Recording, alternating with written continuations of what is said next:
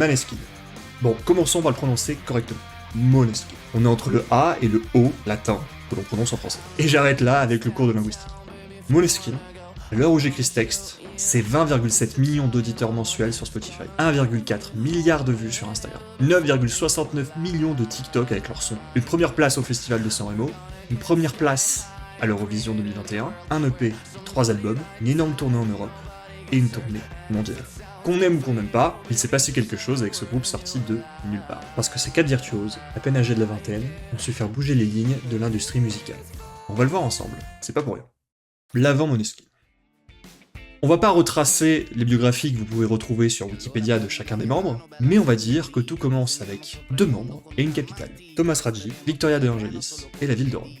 Victoria et Thomas, ce sont 2 musiciens passionnés. Les 2 ont été formés très tôt, respectivement à la basse et à la guitare. Et cette passion pour la musique est tellement forte chez eux qu'ils s'inscrivent à un collège spécialisé dans la musique, la Scuola Media Gianicolo de Rome, et c'est donc grâce à cette passion commune qu'ils finiront par se rencontrer au collège et qu'une amitié est née. Forcément, quand on a 2 musiciens qui se rencontrent, on a tendance à beaucoup parler musique. Ils vont se rendre compte rapidement qu'ils ont tous les 2 des influences rock. Donc, on commence à avoir des idées de jouer ensemble qui émergent. Parallèlement aux 2 fondateurs, Damiano David, le chanteur, rencontre Victoria en 2015 via des amis communs. Lui, c'est différent. Il n'aurait pas pu rencontrer les 2 autres membres à l'école, car il étudiait au lycée linguistique Eugenio Montale de Rome, et y interrompit sa scolarité peu après pour se consacrer à 100% à sa passion, la musique. Ça nous amène donc fin 2015, et Victoria et Thomas veulent monter un groupe. Et forcément, à la recherche d'un chanteur, ils contactent Damiano. Sa voix les intéresse beaucoup, même si au début c'était pas vraiment gagné, car le style de voix de Damiano, jugé trop pop, ne correspondait pas aux ambitions rock du groupe. Heureusement, comme dans tout groupe de musique, il y a des ajustements à faire, et passé les premières semaines, c'était plus vraiment un problème. Et c'est tant mieux, car aujourd'hui, cette marque vocale, cette différence qui permet de différencier en quelques secondes Måneskin de n'importe quel autre groupe.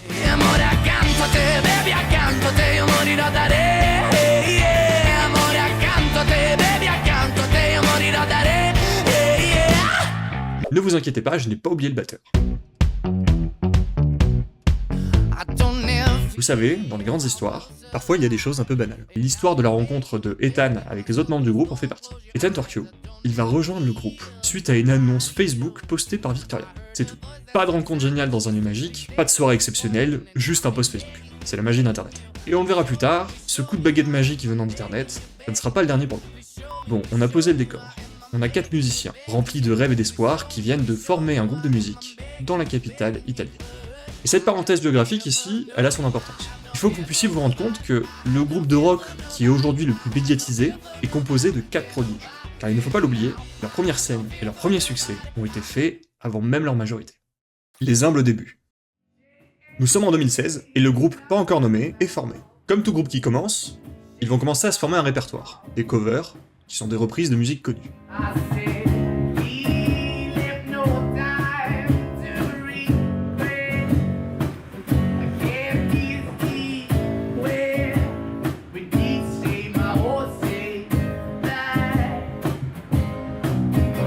Et ils vont peu à peu transformer ces musiques vers un style qui leur est propre. Impatients de se mesurer à la scène et de se confronter à un public, ils décident de participer à un concours, le Pulse High School Band Contest, qui est dédié à propulser des groupes étudiants de la ville de Rome.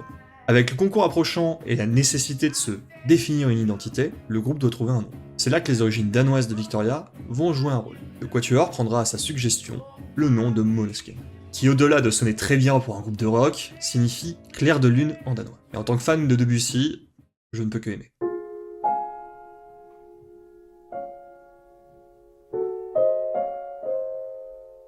Bon, et ce concours alors, ils l'ont gagné, grâce entre autres à une reprise de Made de DubFX. Et quand on voit déjà la puissance de leur jeu à cette époque, rien d'étonnant.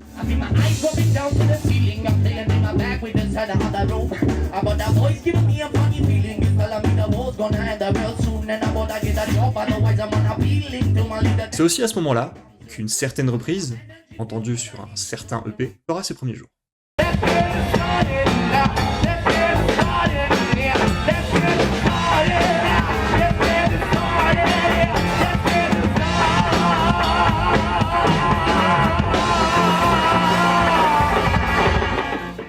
Percé comme groupe de rock en Italie. Le concours Pulse, en raison de son public assez restreint, quelques dizaines de personnes, ne leur permettra pas de générer une fanbase conséquente. Cependant, cette victoire aura un véritable effet sur la motivation du groupe et les encouragera à persévérer dans leur style. Måneskin s'entraîne beaucoup et cherche à se produire sur d'autres scènes. Malheureusement, et vous l'aurez sans doute deviné, à cette époque, le rock ne domine pas vraiment les charts en Italie. La place, on a plutôt ça.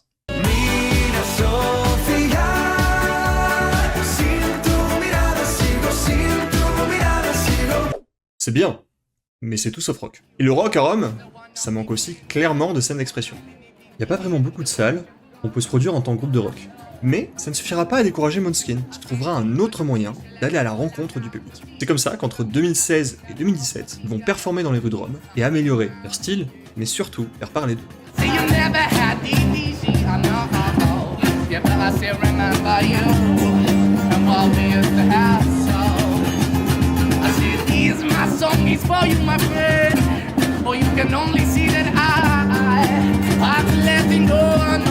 Après près de 1 an de représentation dans les rues de la capitale, le groupe décide de s'inscrire à la saison 11 de X Factor Italie. Et ça se passe entre septembre et décembre 2017. Bon, finalement, malgré de très belles prestations, ils finiront second, juste derrière Lorenzo Licitra.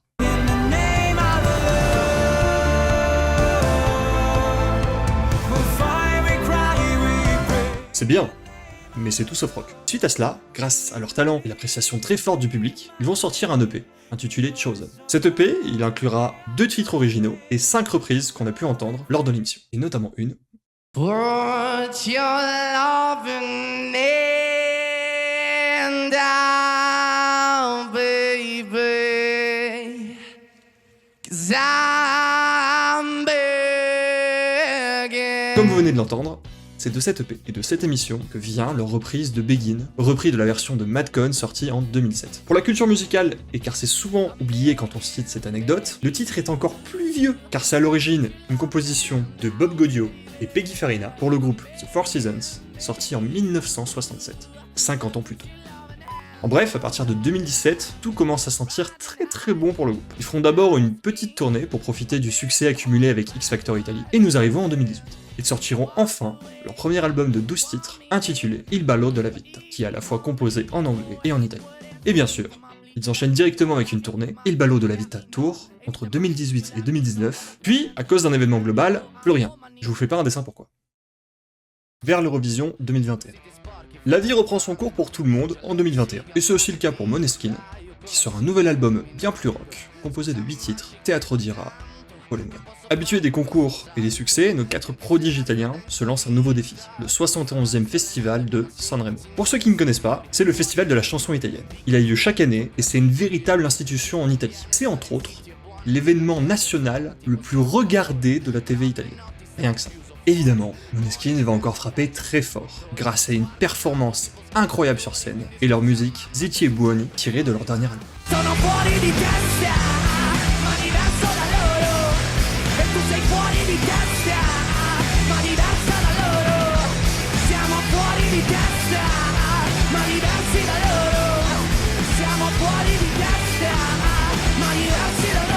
Et grâce à ça, bien sûr, ils obtiennent la victoire. Et c'est pas tout, car cette victoire, au festival de Sanremo, leur donne le droit de représenter l'Italie à l'Eurovision 2021 quelques mois plus tard. Et là, je pense que je vous apprends plus rien, mais à l'Eurovision 2021, au-delà de la musique, c'est l'énergie et l'image du groupe qui sera encensée. Ils vont parvenir une nouvelle fois à la victoire grâce à Zitti e Buoni et déclareront, symbole de victoire, We just want to say to the whole Europe, to the whole world, rock and roll never dies!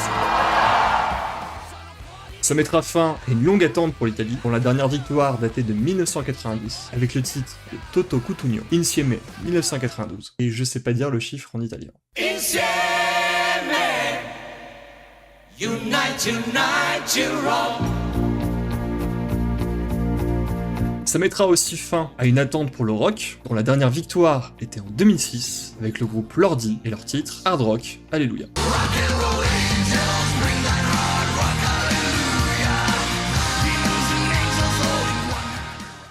Le faux scandale. Avec cette success story sans faille, forcément, il fallait qu'un scandale éclate. Tout de suite, après la victoire de Måneskin à l'Eurovision 2021, Damiano est pointé du doigt par les journalistes pour une séquence de quelques secondes où il semble prendre de la neige. Il n'en faudra pas plus pour lancer un scandale à l'échelle européenne, scandale qui résonnera particulièrement chez nous en France, avec la prise de position directe du président Emmanuel Macron. D'après une interview de Stéphane Bern pour la BBC, le président, qui regardait l'émission depuis chez lui, aurait cherché à faire disqualifier le groupe après avoir vu la séquence. Il aurait contacté le ministre des Affaires européennes, les équipes de l'Eurovision et même Stéphane Bern pour demander sanction après cette séquence douteuse. Évidemment, cette affaire elle sera vite résolue grâce à un dépistage volontaire du chanteur qui présentait aucune trace de substance. Comme si ça ne suffisait pas, l'Eurovision émettra un communiqué qui confirmera qu'après vérification faite par ses équipes, il n'y avait aucune trace à l'endroit où le chanteur était assis. Et que même le verre brisé avait été retrouvé à la place de Damiano. Ça expliquerait carrément son attitude, car Damiano a toujours dit débarrasser ses pieds d'un verre brisé qui était devant lui. Thomas break a glass. Yeah, exactly. Thomas break a glass Yeah, with he's his not leg. too. I don't use drugs, please. Et puis quand on voit la vidéo, et qu'on voit la distance de sa tête par rapport à la table, cette explication est plutôt logique. Car à moins d'avoir un nez Dyson, on peut mal s'imaginer quelqu'un inhaler quelque chose à cette distance.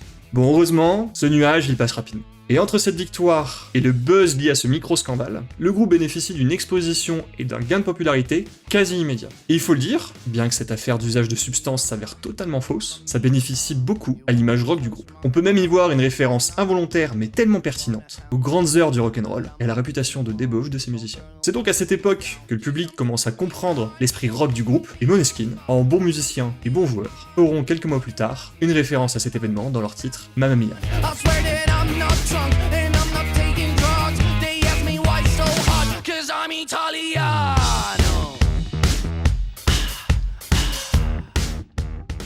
TikTok et le monde. Peu après leur victoire à l'Eurovision, Måneskin bénéficie d'un buzz viral sur TikTok. Leur reprise de Begin, que je vous ai fait écouter tout à l'heure, et qui est sortie dans l'EP qu'ils ont fait après X Factor Italy en 2017, devient un son énormément utilisé sur la plateforme. Et il faut le reconnaître, on doit notamment ce buzz à Charli D'Amelio, qui a totalisé des millions de vues avec des TikTok reprenant la version de Madcon, qui avec son influence titanesque créera un engouement pour la reprise de Måneskin. Par conséquent, le son sera propulsé au sommet des charts. C'est ainsi que depuis 2021, Måneskin est considéré comme le groupe de rock le plus influent du monde. Et je maintiens ce titre, et pour éviter un argumentaire de plusieurs minutes, voici en quelques secondes une liste non exhaustive des récompenses et du palmarès du groupe. La première question qui me vient quand je vois tout cet historique, c'est comment ils font. La sonorité.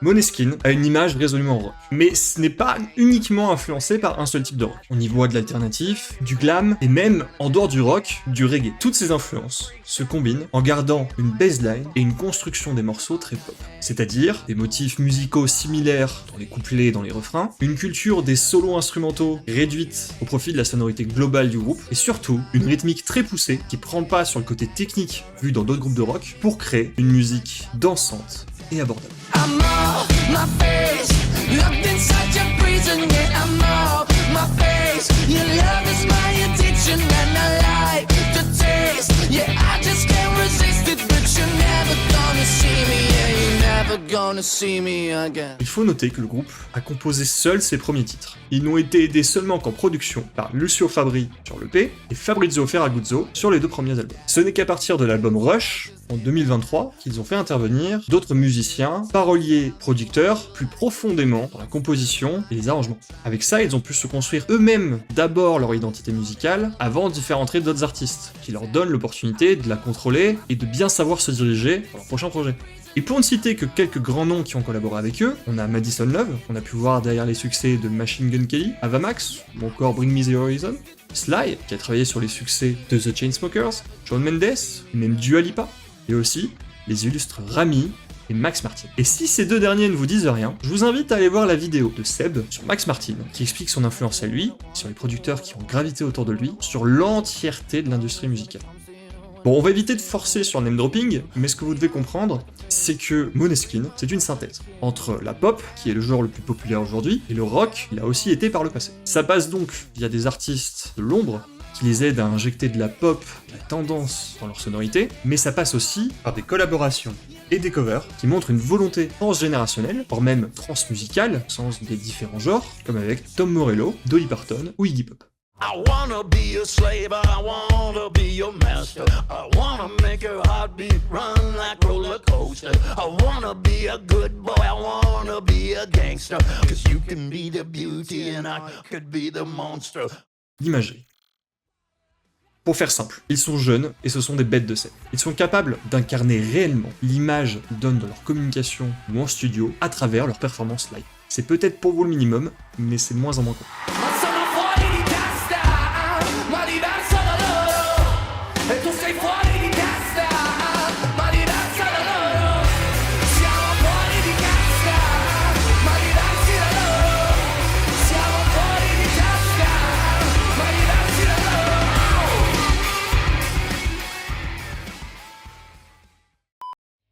En plus, leur âge, c'est un avantage dans le rock. On manquait terriblement, notre génération, d'un groupe de rock de notre âge auquel on puisse s'identifier. Pour leur côté éclectique, au-delà de leur musique, on le voit aussi dans leur apparence. Leur attitude aussi est fortement influencée par le punk et le glam rock. Et ce style fort, il est important, car il trace une ligne nette entre eux et leurs alter-ego musicaux. Car oui, faut pas se tromper, Måneskin, c'est bien un groupe incarné par 4 alter-ego scéniques. En dehors de leur représentation, on a des personnes qui semblent plus réservées, conscientes de leur chance, avec une humilité assez remarquable. On a un groupe qui, malgré l'hyper-exposition liée à son statut, laisse paraître peu de détails de sa vie privée. Et cette limite, elle est propice à faire naître un imaginaire bien loin des réalités du quotidien. Elle entretient la légende et le mystère autour de nous.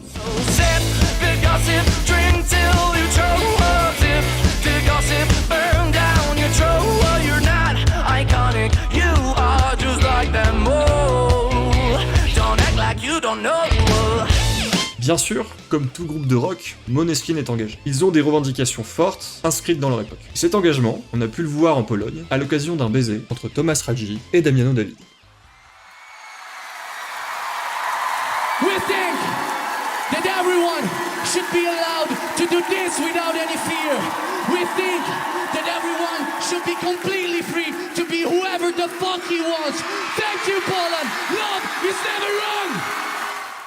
Ce baiser est un symbole fort de revendication de droits pour la population LGBTQ+, dans un pays où cette population est fortement incomprise et méprisée. En synthèse, ce groupe sait se réclamer d'un héritage rock par son imagerie, sa musicalité. Mais ils savent garder cette légèreté qui, elle, est plutôt l'apanage de la pop. Ils savent prôner la créativité sans l'usage de stupéfiants, ils savent prendre l'amusement sans débordement. Et en 2023, avec la remise en question des mœurs et la volonté de se saisir du rock tout en s'écartant de ses déboires, cela est vraiment bien. D'ailleurs, cette sympathie générale envers le groupe, elle vient de leur ouverture d'esprit apparente. Leur capacité transgénérationnelle à explorer beaucoup de genres, elle leur offre la reconnaissance d'un éventail de fans très large, intéressés par des musiques différentes. Et cette qualité, bien sûr, au-delà de tout ça, elle joue un rôle fondamental. Elle leur offre la clairvoyance pour se remettre en question et faire évoluer leur musique, leur style. Rock and roll never dies. Cette citation de Damiano David, après la victoire du groupe à l'Eurovision 2021, pour beaucoup, c'est un peu un son de cloche. Quelque chose qui fera date dans l'histoire de la musique, qui annoncera peut-être le retour du rock. Alors, en tant que fan absolu du genre et du groupe, je ne peux qu'en être heureux, mais en toute objectivité, je pense qu'on s'emballe beaucoup. N'oublions pas que cela suppose que dans la tête de certains, avant Måneskin, le rock était mort. Et je vais être clair avant de me faire incendier en commentaire, le rock n'a jamais été mort, comme aucun autre genre musical. On peut peut-être se mettre d'accord sur le fait que faute de mourir, le rock, avant Måneskin, il est pourtant disparu depuis bien longtemps du haut des charts. Il était devenu un genre connu par des initiés et boudé du mainstream, notamment par la Gen Z.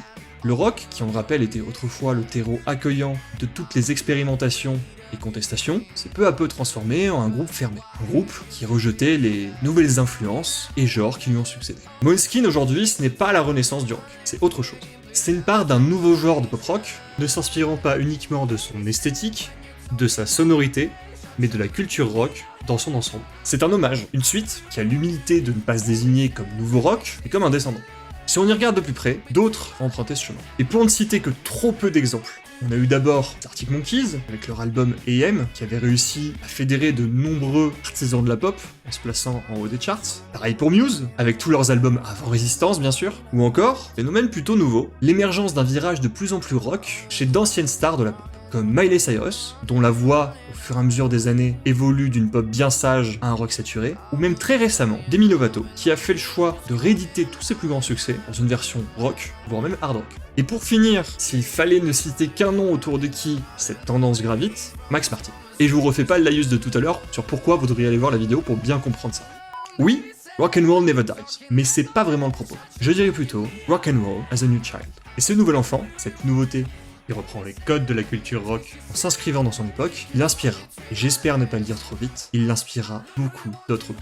En définitive, et je vous le cache pas, j'ai hâte de voir jusqu'où Måneskin ira ou n'ira pas. Mais en attendant, réjouissons-nous, car le rock tutoie de nouveau les sommets. Et comme le diraient sans doute nos rockers italiens, meglio tardi che mai. I wish you didn't, but my baby said